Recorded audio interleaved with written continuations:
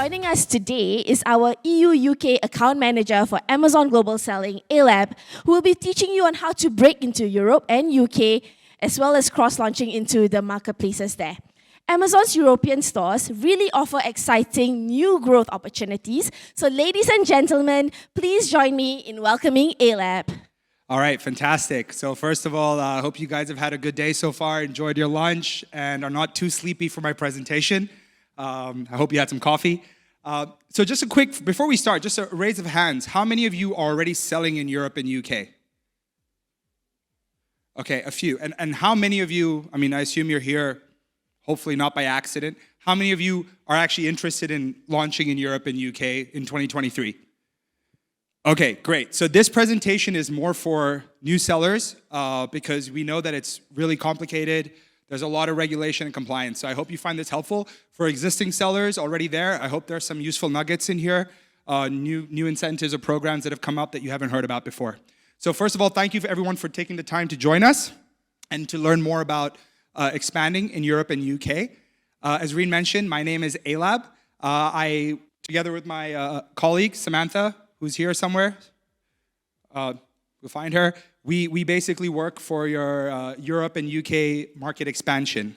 So whether you are a new seller looking to expand or an existing seller, as I mentioned, we're going to show you why these markets are interesting and could be a possibility for you next year. So let's start off with the agenda. So what are we going to be covering today? What's the overview of the UK and EU markets? How to get started in UK and EU? What are the current compliances that are there? And the fulfillment by Amazon options, both for Europe and UK. Before we start, some interesting facts and figures for all of you. So we have almost 227 monthly unique visitors to Amazon stores. These cover your big four, Germany, France, Italy, Spain, along with our emerging European markets, Poland, Netherlands, Sweden, and now Belgium. Between all of that, we have almost 86,000 sellers that are doing over 100,000 US dollars of sales, and that covers in total 28 European markets. So, a lot of people are wanting to know, I assume most of you are interested primarily in Germany and UK as they represent the largest markets. There's a high demand for deliveries, for fast deliveries in Germany, coupled with UK as an English-speaking country, makes it a natural expansion choice for most sellers after the US.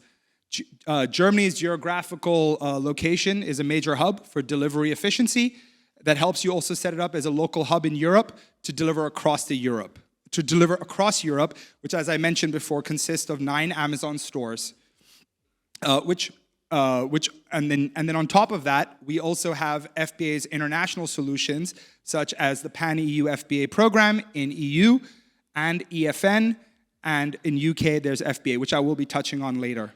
All of this allows you, most of you sellers who are already used to the FBA program in the US and are very aware of how it works, the exact same experience, but in the UK and EU. So let's start with, again, for most new sellers, why is this a great and easy expansion? You don't have to create a new Seller Central account. To expand into Europe and UK, you can still do this within your existing US Seller Central account. That's why it's an integrated European selling solution. So basically, with a one-time registration, you can now launch in all 9 Amazon marketplaces within UK and Europe.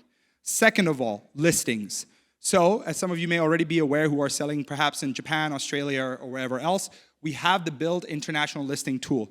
This allows you to list your products that are already there in the US into the main 6 markets in Europe, and it does the conversion, the translation into the local languages for you.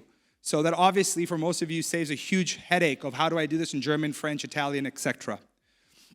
Finally, we have Pan-EU FBA.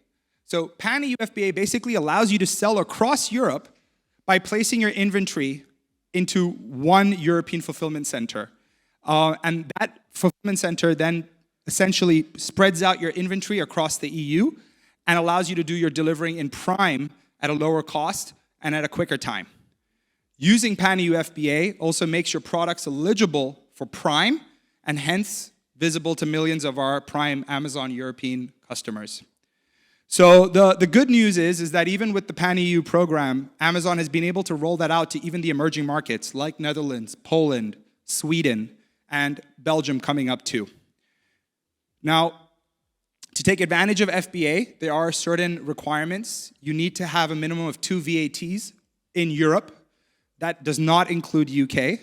And you need to have an ERI for EU to import your product in there. All right, so how do you get started to enter the Europe and UK market? So first of all, we're going to register our account.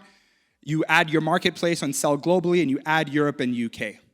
The minute you do that, even if you're already an existing seller and you've already passed your KYC in the US, this will trigger a unique, separate identification, verification, KYC, unique to the UK and EU system. So there's nothing wrong with it. If you open your UK account and suddenly they say, hey, we need to verify your business details or your personal identity, don't freak out. This is normal. Europe and UK have their own regulations and compliance and require you to go through that again. Other than that, what you're going to need is your email address, your phone number, and similarly for your IC, it should be color and on both sides of the card. And make sure that your passport has a signature on it. Finally, then you get into your listings. As I mentioned, you can use BIL, which is available in your Seller Central, or you can use your Excel templates and use a smart Excel spreadsheet. For packing and shipping, the options for fulfillment centers are either by small parcel delivery, or you can do less than a truckload or a full truckload shipping. Our shipping checklist will be useful for you to prepare your products and ensure that that they are in optimal condition for delivery. And you also have your merchandising tools that can help your product stand out once you've launched from your competition. There are several options. Sorry, one second. I think we missed some of our slides here. There are several options for promotions, such as Prime exclusive discount and sponsored products and vouchers that we'll get to. So moving on to the next slide. So what are the documents? Sorry, it's a bit of a mess up here, but these are your documents. If you'd like to take a photo again, an overview of all the things you need to register your account to sell into the US.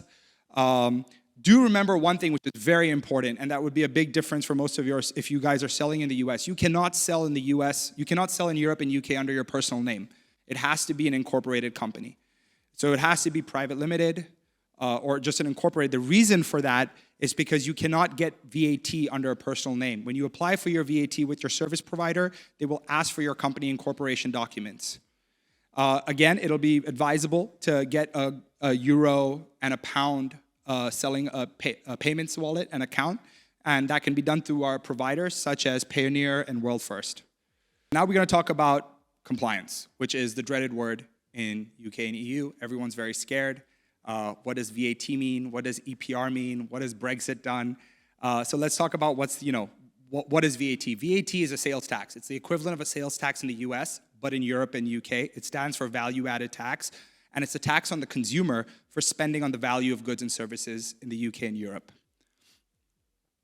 A seller must register for a VAT in any number of individual European marketplaces, and they must follow the VAT regulations. So now that you know a little bit more about VAT and you're ready to kind of register for your business, we wanted to share with you that we do have an Amazon VAT service program. This is fully integrated in your Seller Central, where sellers can manage the entire registration and monthly filing activities from one point. Visa, which is the name for this program, has its own dedicated seller support team, which supports in EU 5 languages and in Mandarin. And sellers can also raise queries and support tickets directly through a specific Visa support Contact Us button. So if you scan this QR code, that's right there in the bottom left, you can find out more details and information on this VAT service by Amazon. Everyone take a minute to do that? Okay, great. So now let's just cover quickly, again, for everyone's knowledge, what activities require you to have a VAT, right? So there are five primary reasons. You need one for the importing of goods into Europe. You need it for storing your products in Amazon warehouses, or actually in any warehouse or your stock in Europe, to carriage of goods between operating centers within different countries in Europe, to sell your goods to private buyers in European countries, and also to sell your goods to businesses within Europe. So now I'll share you a little bit more about the current VAT law in Europe. So this is a pretty useful table. It basically summarizes for you by marketplace, what is the current VAT rates, what are the reporting cycles, the number of reports per year, and the deadlines. It's important that each country has their own VAT rates and reporting cycle, which is really important when you're determining your final sales price in each marketplace, so that you're also compliant with local regulation, but more so that you as a seller are not paying the VAT out of your own pocket, but adjusting your listing price to take that different VAT into consideration.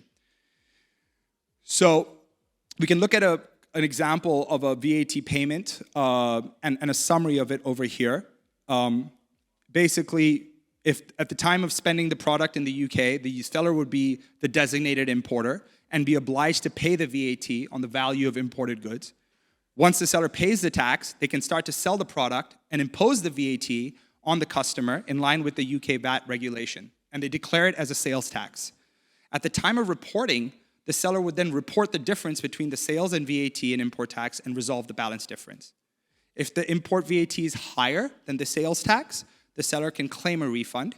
If the import VAT and sales tax are equal, which would happen if the seller were to sell all their product, there would be zero balance.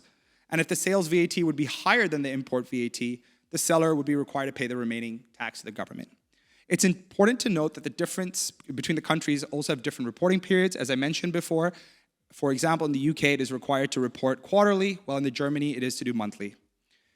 So one of the things I want to quickly add here is this is why it's very important to have a service provider, right? As an individual seller, you can't keep track of 8 marketplaces and when their reporting cycle is and how much it is and when the deadline is. And service providers with this VAT service program does that for you. You get a dedicated account manager, you get to use their platform, and they basically make sure all your reporting is done on time and in correct fashion. So this is also 2 very useful QR codes to start your when you're looking into compliance issues and making sure that when you're entering the market, you have everything you need. This also has your Europe Responsible Person Registration, Evaluation, Authorization, and Restriction Chemicals called REACH.